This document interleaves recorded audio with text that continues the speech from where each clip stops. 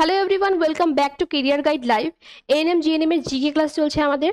50 নম্বর পর্যন্ত কোশ্চেন আলোচনা করা আমাদের হয়ে গেছে, ঠিক আছে। আজকে থেকে আমরা 51 নম্বর থেকে কোশ্চেন আলোচনা করব। চলো দেখা যাক আজকের ফার্স্ট কোশ্চেন কি বলেছে। বছরের কোন তারিখে উত্তর গোলার্ধে মকর সংক্রান্তি হয়? আচ্ছা, অপশন এ তে রয়েছে 21শে মার্চ, অপশন বি তে রয়েছে 23শে সেপ্টেম্বর, অপশন সি তে রয়েছে 21শে জুন, অপশন ডি তে রয়েছে 22শে ডিসেম্বর। আচ্ছা, এই কোশ্চেনটা আমরা একটা ছবির মাধ্যমে আলোচনা করবো, ঠিক আছে। দেখো, একটা ছবি আঁকাই।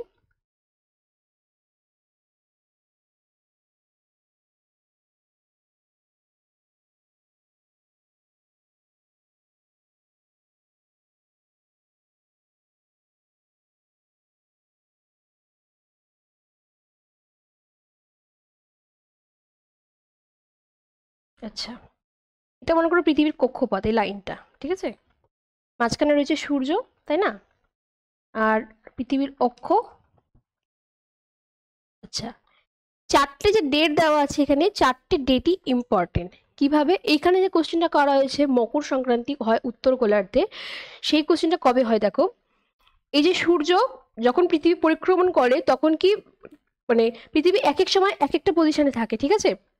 তখন তার জন্য এই চারটে ডেটে চারটে ঘটনা ঘটে। যেটা রয়েছে 22শে ডিসেম্বর, 22শে ডিসেম্বর কি হয়, সূর্য মকরক্রান্তি লেখা যেটা রয়েছে, ঠিক আছে। পৃথিবীর তো মানে পৃথিবীর উপর অক্ষরেখাগুলো রয়েছে, এই যে পৃথিবী, এই যে নিরক্ষরেখা, উপরে কর্কটক্রান্তি রেখা, আর এখানে হচ্ছে মকরক্রান্তি রেখা, ঠিক আছে। এটা কর্কট বা ট্রপিক অফ ক্যান্সার বলা হয় যেটাকে, কর্কট ক লিখে দিলাম, হ্যাঁ। আর এটা হচ্ছে মকরক্রান্তি রেখা, ম লেখা থাকলো। আচ্ছা, এইটা কর্কটক্রান্তি, এইটা মকরক্রান্তি, আর এটা তো নিরক্ষরেখা 0 ডিগ্রি, তাই না। এক সময় কি হয়, সূর্য যখন মকরক্রান্তি রেখায় লম্বভাবে আলো দেয় তখন হয় মকর সংক্রান্তি, যখন কর্কটক্রান্তি রেখায় লম্বভাবে আলো দেয় তখন হয় কর্কট সংক্রান্তি। আচ্ছা, কোন দিন দেয়? 22শে ডিসেম্বর তারিখে কি হয়, সূর্য মকরক্রান্তি রেখার ওপর লম্বভাবে কিরণ দেয়। এর ফলে কি হয়, মকরক্রান্তি রেখা যেহেতু দক্ষিণ গোলার্ধে রয়েছে, তাহলে 22শে ডিসেম্বর তারিখে দক্ষিণ গোলার্ধের দিন সবচেয়ে বড় হয় আর রাত হয় সবচেয়ে ছোট। তাই এই দিনটাকে বলা হয় মকর সংক্রান্তি, ঠিক আছে। এটা উত্তর গোলার্ধে মকর সংক্রান্তি হয়।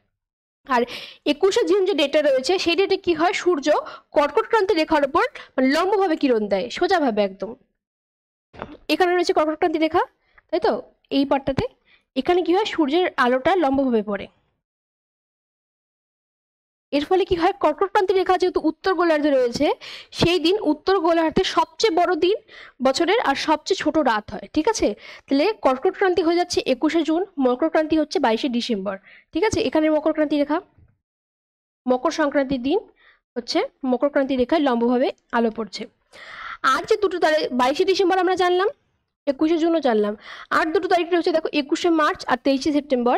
এই দুই দিন কি হয়, দুই দিনই সূর্য নিরক্ষরেখার ওপর লম্বভাবে কিরণ দেয়, ফলে দুই দিনই কি হয়, দিন ও রাত্রির দৈর্ঘ্য একদম সমান হয়। একটাকে বলা হয় জলবিষুব, একটাকে বলা হয় মহাবিষুব। 21শে মার্চকে বলা হচ্ছে মহাবিষুব, তখন কি হয়, বসন্তের শুরু হয়। আর যেটা 23শে সেপ্টেম্বর সেটাকে বলা হয় জলবিষুব, তখন কি হয়, শরৎকালে শুরু হয়, ঠিক আছে। তো এই গেল কোশ্চেন। তাহলে এখানে যেটা কোশ্চেন করা হয়েছে, বছরের কোন তারিখে উত্তর গোলার্ধে মকর সংক্রান্তি হয়, সেটা রাইট অ্যান্সার কিন্তু হয়ে যাবে অপশন ডি, 22শে ডিসেম্বর হচ্ছে মকর সংক্রান্তি। 22শে ডিসেম্বর মকর সংক্রান্তি, 21শে জুন কর্কট সংক্রান্তি, 23শে সেপ্টেম্বর হচ্ছে জলবিষুব, 21শে মার্চ মহাবিষুব, ঠিক আছে। ছবিটা তোমরা দেখে নাও ভালো করে। চলো নেক্সট কোশ্চেন। আচ্ছা, বিশ্বের মোট ভূপৃষ্ঠের কত অংশ ভারতে রয়েছে? অপশন এ তে রয়েছে 2.8%, অপশন বি তে রয়েছে 3.9%, অপশন সি তে রয়েছে 4.2%, অপশন ডি তে রয়েছে 2.4%। আচ্ছা, বিশ্বের মোট ভূপৃষ্ঠের কিন্তু 2.4% ভারতে রয়েছে, হ্যাঁ। 2.4% ভারত দখল করে। একটা মানে বিরাট পপুলাস কান্ট্রি ভারত। তো মোট যেটা আয়তন রয়েছে ল্যান্ডের, তার 2.4% কিন্তু ইন্ডিয়া বা ভারত অকুপাই করে। Next question. কে দ্বৈত শাসন ব্যবস্থা প্রবর্তন করেন? অপশন এ তে রয়েছে রবার্ট ক্লাইভ, অপশন বি তে রয়েছে ওয়ারেন হেস্টিংস, এটা ওয়ারিং হয়েছে, এটা ওয়ারেন হেস্টিংস হবে, হ্যাঁ। অপশন সি তে রয়েছে লর্ড কর্নওয়ালিস, অপশন ডি তে রয়েছে লর্ড ওয়েলেসলি। আচ্ছা, দ্বৈত শাসন ব্যবস্থাটা করেছিল রবার্ট ক্লাইভ। হুম, রবার্ট ক্লাইভ করেছিল দ্বৈত শাসন ব্যবস্থা। অপশন বি তে যেটা রয়েছে ওয়ারেন হেস্টিংস, ওয়ারেন হেস্টিংস কি করেছিল? ওয়ারেন হেস্টিংস ছিল বাংলার প্রথম গভর্নর জেনারেল। মানে একটা সময় তো শুধু গভর্নর বলা হতো, গভর্নর অফ বেঙ্গল, তিনটে প্রেসিডেন্সি ছিল, যে প্রত্যেকটাকে গভর্নর বলা হতো। যখন মানে শুরু হয় গভর্নর জেনারেল পোস্টটা, সেই সময় বাংলার ফার্স্ট গভর্নর জেনারেল কিন্তু ওয়ারেন হেস্টিংস ছিল। ঠিক আছে। অপশন সিতে যেটা রয়েছে লর্ড কর্নওয়ালিস, লর্ড কর্নওয়ালিসকে বলা হয় ফাদার অফ সিভিল সার্ভিস। ঠিক আছে, ভারতের সিভিল সার্ভিস পরীক্ষাটা আগে তো ব্রিটেনে হতোই, মানে ভারতীয়রাও যেখানে পার্টিসিপেট করতে পারবে বা ভারতেও যে হবে, এটা কিন্তু লর্ড কর্নওয়ালিস শুরু করেছিলেন প্রথম। আরেকটা তিনি কি করেছিলেন, চিরস্থায়ী ব্যবস্থা, যেটা তোমরা পড়েছো ইতিহাসে, চিরস্থায়ী ব্যবস্থাটা শুরু করেছিলেন লর্ড কর্নওয়ালিস। ঠিক আছে। অপশন ডিতে যেটা রয়েছে লর্ড ওয়েলেসলি, লর্ড ওয়েলেসলি কি করেছিল, সাবসিডারি অ্যালায়েন্স যেটা সিস্টেম ছিল ব্রিটিশের, সাবসিডারি অ্যালায়েন্সের মাধ্যমে রাজ্য বিস্তার করা, সাম্রাজ্য বিস্তার করার নীতি, সেটা কিন্তু প্রবর্তন করেছিল লর্ড ওয়েলেসলি। ঠিক আছে, চলো নেক্সট কোয়েশ্চেন। আচ্ছা, প্রার্থনা সমাজের প্রতিষ্ঠাতা কে?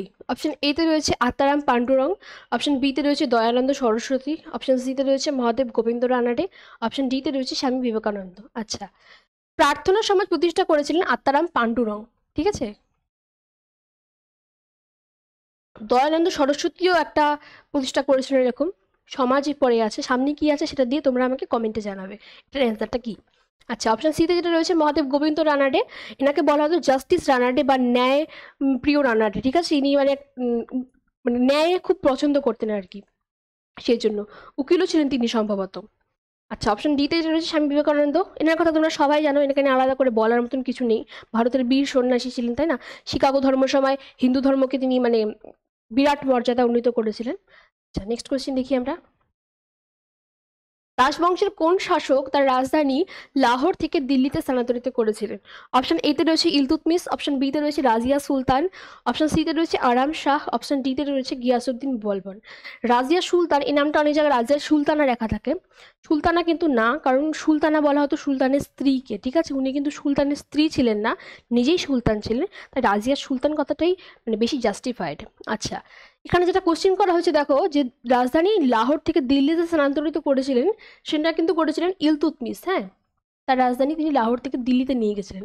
অপশন ডিতে যে নামটা তোমরা দেখতে পাচ্ছ গিয়াসউদ্দিন বলবন, এই নামটা তোমাদের পরীক্ষার জন্য ইম্পর্টেন্ট। কেন ইম্পর্টেন্ট? কারণ দুটো কোশ্চেন আসতে পারে যে সিজদা ও পাইবস। ঠিক আছে, সিজদা মানে সুলতানের সামনে মাথা নত করা, আর পাইবস হচ্ছে সুলতানের পদচুম্বন করা, অর্থাৎ পায়ে চুমু মানে চুমু দেওয়া আর কি, বলতে পারো পাতি ভাষায়।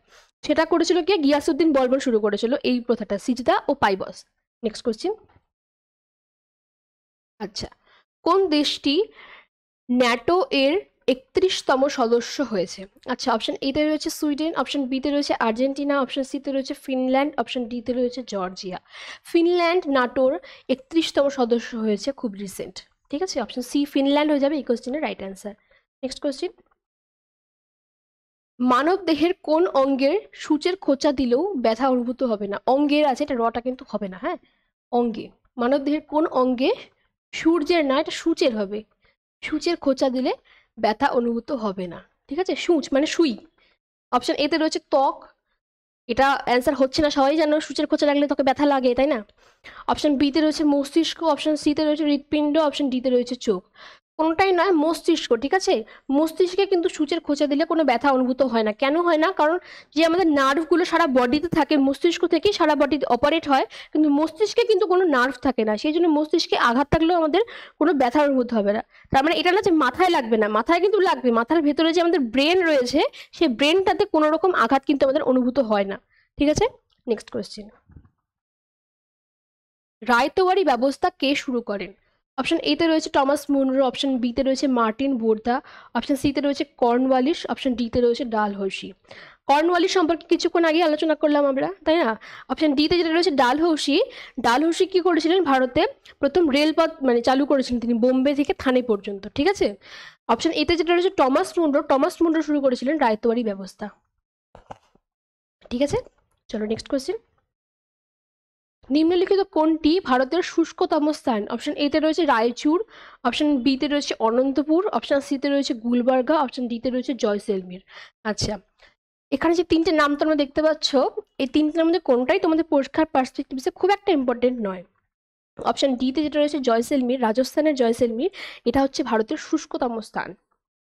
রাজস্থানে এমনিতেই বৃষ্টিপাতের পরিমাণ খুব কম হয়, তার মধ্যে এই স্থানটা পার্টিকুলারলি মানে ভারতের শুষ্কতম, এখানে বৃষ্টিপাত খুবই কম, প্রায় নয় বললেই চলে, এরকম বৃষ্টিপাত হয়। Next question. কোন ক্ষেত্রে অসামান্য কাজের জন্য পুলিৎজার পুরস্কার দেওয়া হয়? অপশন এতে রয়েছে পরিবেশবিদ্যা, অপশন বিতে রয়েছে বিজ্ঞান ও প্রযুক্তি, অপশন সিতে রয়েছে আন্তর্জাতিক বোঝাপড়া, অপশন ডিতে রয়েছে সাহিত্য ও সাংবাদিকতা। পুলিশদের পুরস্কার দেওয়া হয় বেসিক্যালি সাংবাদিকতার জন্য। হ্যাঁ, কোনো ক্ষেত্রে হয়তো মানে কোনো একটা রিপোর্টকে তো সাংবাদিকদের কভার করতে হয়, কত কেউ অসামান্যভাবে কভার করলো, মানে দারুণ সেটা মানে একটা রিপোর্ট তৈরি হয়ে সামনে ফুটে এলো, তো সেই জন্য পুলিশদের পুরস্কারটা দেওয়া হয়। তো এখানে যেটা রয়েছে অপশন ডি, তোমরা দেখতে পাচ্ছ, সাহিত্য ও সাংবাদিকতা, এটার জন্য কিন্তু পুলিশদের পুরস্কার দেওয়া হয়। আচ্ছা, আজকে 10টা কোশ্চেন আমাদের আলোচনা করা শেষ। আজকের জন্য এই পর্যন্তই। ক্লাসগুলো ফলো করো, ভালো থাকো, সুস্থ থাকো, দেখতে থাকো career guide live. Thanks for watching.